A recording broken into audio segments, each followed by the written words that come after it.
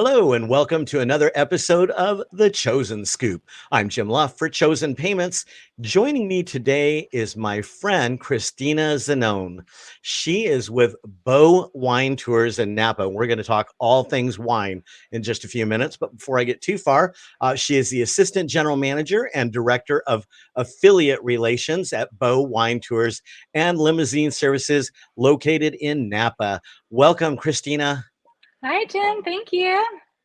So glad to have you on with us because I'm always trying to find interesting guests to have on the Chosen Scoop. And being a lover of Wonderful. wine myself and thinking about you and what you do every day, I can't think of a better way to spend my afternoon than to interview you and learn more about what you do. Well, I'd love to share more. Well, why don't we, obviously the name Beau Wine Tours certainly implies that you do wine tours. And I can't think of a better place than Napa. And you're also in the Sonoma area. I mean, Mhm. you're in the heart of wine country of California, but it's not just California. It is wine country that is worldwide recognized. Is that correct? It certainly is. Yes. I think we beat Disneyland a few times. And so for people that are thinking about visiting the area and getting a limousine, or I imagine you probably have limo buses, what do you have for taking people wine tasting? Sure. I mean, we have fleet sizes anywhere from sedans up to two passengers, all the way up to 40 passenger coaches. So, And do is it common for groups like 40 people to go wine tasting? certainly, yeah. We tend to do more corporate team building groups with our larger fleet. Smaller fleet tends to be for airport transfers that we also do, and then smaller group wine tours that are very curated with our concierge team. And what is let's just say that I gathered up five of my friends, there's the six of us, we want to go wine tasting. What does a day look like with Bow Wine Tours? Well, I mean, depending on where you're staying, Napa or Sonoma, we accommodate both regions, of course. A typical day would start sometime around 10 a.m. We'd pick you up from wherever you're staying, whether it's a local hotel or a private rental home. And we try not to do too much in one day. I think the common misconception is that you can just pop around from winery to winery all day drinking and not feel the effects of it because it's just little tastes, but it does add up. So we like to keep that in mind, both for our winery partners and for our clients, just to make it still enjoyable throughout the whole day. So we try and limit it to about three wineries each day. And a classic period of time is about 6 hours for that. What I usually like to do is suggest a winery in the morning around 10:30, and then a middle location, which would be either a winery with a food program that has a sufficient amount of food to be considered lunch, or a nice restaurant in the area, because of course Napa is well known for their food and their wine, or their wine and their food. So, and then another winery in the afternoon, maybe around 2:30, and get back to the hotel in the 4 o'clock range. I think that sounds like a nice, easy paced day. I can tell you that I have been wine tasting in the Paso Robles area, which, for those of you who are not from California, that is the central coast of California.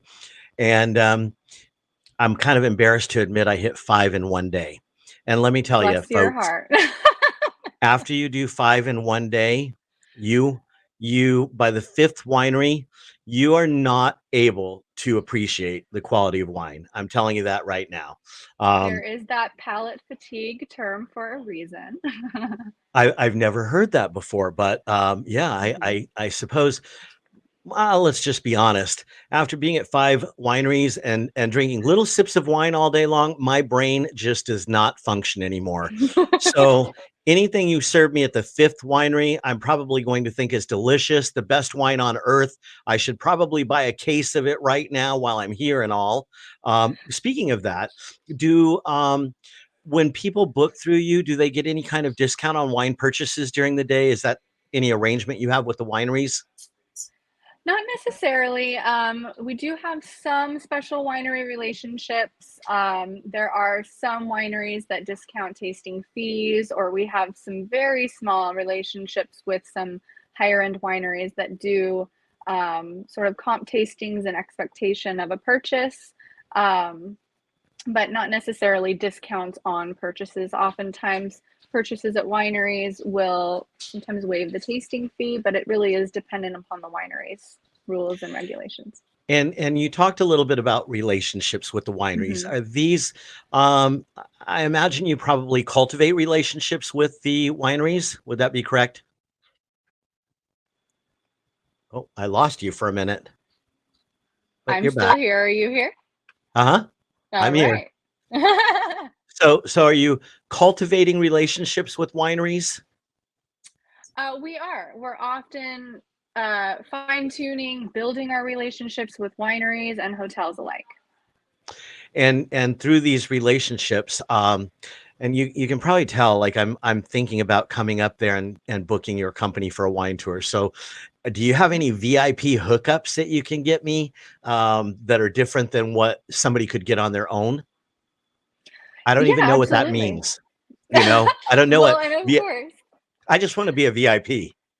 Well, you're always a VIP with Beau Wine Tours. That's the point. We curate every tour to everyone's particular type of palate. So whether you're a first-time visitor or looking to be fill your private cellar and you're a collector, you're a VIP with us, and we want to be the best matchmaker possible. So VIP treatments at wineries are, anywhere from finding an off the beaten path mom and pop kind of winery that is really just they treat you like family. Their wine is exceptional, but also approachable for maybe a novice wine drinker or someone just getting into wine. And then we have those special relationships with some of those cult considered locations where maybe they are allocation only, and we can maybe fit some guests in that are looking to collect that want to join the allocation, and there's availability to do so. Awesome. And I have to ask, are you yourself a wine drinker? Oh, yes, of course. What's your favorite bottle? Well, currently, my favorite bottle that I'm drinking is Sire Estate. Okay. My current bottle, I don't even know who makes it, but it's a blend, a red blend called Anonymous.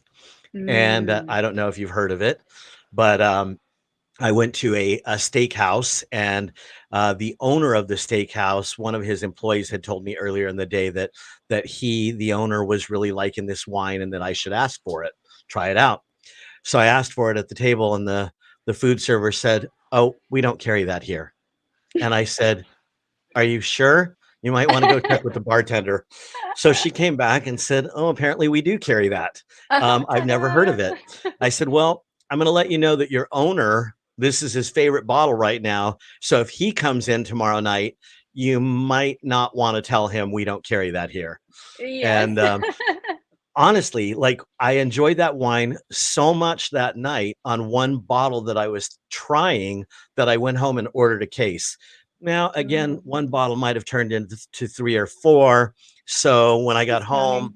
I felt like I needed a case of that wine, so I definitely bought it.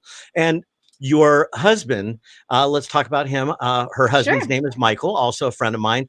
He is in the wine business, and what does he do?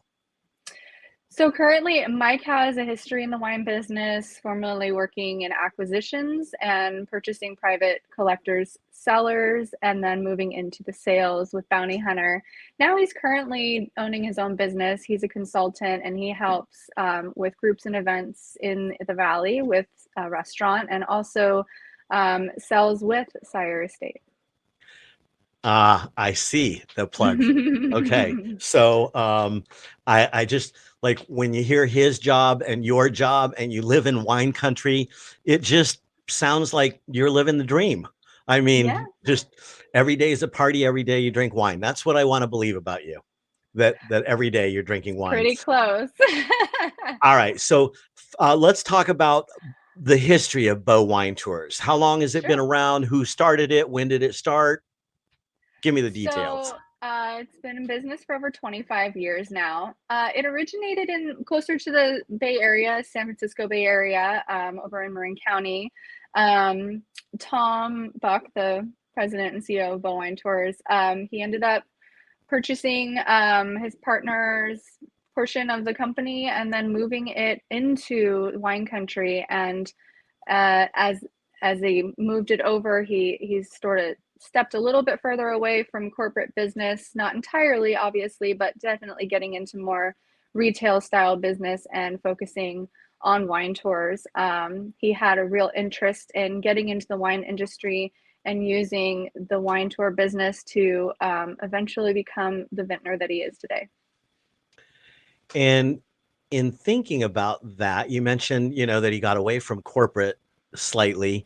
Is it common for corporate group outings to do wine tasting? Is that a thing? Oh yes, absolutely. When I started here over 13 years ago, we were a high percentage of retail only. And as we grew both the affiliate side that I oversaw, as well as including a lot more relationships with DMCs, we've very much evened out the percentage of retail versus corporate work, and we do a very large number of sales with DMCs and corporate groups like. And for those of you who may not know that term, DMC, that's a destination management company that are used quite often in the business world for setting up outings outside of the office. And they typically provide AV equipment, catering. They're a true behind the scenes logistical management company. You talked about you've been there 13 years. So let's talk about you and your history with Beau Wine Tours. So Sure. if you started 13 years ago, it appears that you're approximately 14 years old, Yeah, um, roughly. roughly. How did you get connected? Funny story. I used to be the GM at Oakville Grocery, and at the time, it's a small historical and well-known grocery store in Delhi, just in the heart of Napa Valley up in Oakville. And through my time there, I met a lot of chauffeurs, and we had a program that, gave chauffeurs a free lunch if they brought guests into the shop and they shopped around. And through that, I met a lot of the drivers at Beau Wine Tours. And when I left Oakville Grocery, I noticed that they had a position here. I started, looking into it. I interviewed and I became a reservationist first. And it just grew from there. I developed a huge passion for the industry, what it stood for, what it stood against. Everything that it stood for was something that I stood for, and I was born and raised in sales, hospitality. I'm very customer service driven, so it really was a good fit for me. And in my time here, I grew from reservations into sales management and then into developing and maintaining our affiliate relationships with other operators around the globe, and have now acquired the position of assistant GM in hopes to move up. Now, when you talk about your relationships with affiliates, so and Mhm. again, for those of you not in the limousine business, limo companies affiliate with other limo companies, and I would imagine that you probably get a fair amount of inbound work from people that recognize you as being the expert in Napa. Would that be fair to say? Absolutely. Yeah. And we So, get wine tours. I talk to affiliates day in and day out that want recommendations and they want to send business here. We service hundreds of affiliates. let's talk about yeah, I can tell that you have a passion for your job with everything that you've just said. What is the most rewarding part of your job? Um, I think it's that I still get to connect with the community here. I was born and raised in Napa as well, so this is home for me. I get to do something here that allows me to meet people from all over the world that are very interested in the things that I'm passionate about, and they want to learn more. And I get to manage a team that is excited to share the valley with them. And for me, that's extremely, rewarding. I couldn't imagine doing anything different at this point. I fell into it, but I'm sticking around. And do you ever get to drive? I do not drive. I actually am not a good driver myself. Not that I'm a bad driver, but I like to drive fast and I drive a stick, and that's just me. I would not be a good chauffeur, but I know what it takes to be a good chauffeur. Okay. So do as I say, not as I do. Not as I do. Okay. So you don't want your chauffeur speeding like you do and Yeah, this is why clanking we through the have a gears. chauffeur manager and an operations manager. This is why we have a school that teaches chauffeurs how to drive, but I'll be over here. And what do you I mean, you obviously said you don't ever plan on leaving. What do you see for the future? I'm going to make this very broad. The future for you, the Sure. future for Beau, and the future for the wine industry of California. What do you see in the future? Well, it is ever growing and ever changing. Both the limo industry as well as the wine industry. There's new purchases every day, new acquisitions every day on both sides, wine industry and limo industry. I think I'm excited about the future and what that holds. I'm always looking forward to meeting new people and always looking forward to learning more. I think every day there's something more to learn, and with the ever changing market and the ever changing, you know, dynamic of everything, I think it's very exciting to feel like I'm never going to get stagnant. I'm always going to continue meeting people, continue learning more, continue seeing the growth and the changes, and it's fun to kind of keep up with it. You know, I was going to ask you what the least favorite part of your job is, but I've come to the conclusion that you probably don't have one. The You don't. 3 a.m. wake up calls every once in a while, those are not my Oh, favorite, but I'm always going to be there. I love that. All right, and you talked about the limo industry changing. Um, let's talk about how the pandemic affected the limo industry. What effects did you see, and particularly you and Beau Wine Tours riding out COVID? Obviously, wine tasting was probably not a thing for about Sure. 2 years. How did Mhm. that affect the limousine industry overall? Oh, overall, I mean, it affected others more than I think it affected us. It was dire. I mean, it was horrible. It was really hard to come back, but thankfully we had a good management team in place that was really willing to ride the waves and stay on that ride. And we we saw quite a bit come back. I mean, we had to get creative and we had to pivot just like everyone else did. And some people Sure. pivoted to, Amazon delivery, and others that were never into the retail side of things decided to give it a shot. So, seeing that we already had a very strong retail background was very beneficial for us to use our brains and be creative and find other ways to be of service if we weren't going to be doing wine tours. And I think the first real successful thing that we did was the holiday light tours in 2020 for families and locals alike. We did a big push and we got a ton of business from that, and it really kind of set the tone for the beginning of 2021, where we didn't forecast anything until maybe quarter three, and then by May, June, we were hit on our heels with more business than we could have ever imagined, and it was a high percentage of retail business. Um, so it was very hard for just about a year, and then we were hit pretty hard, and we were so thankful.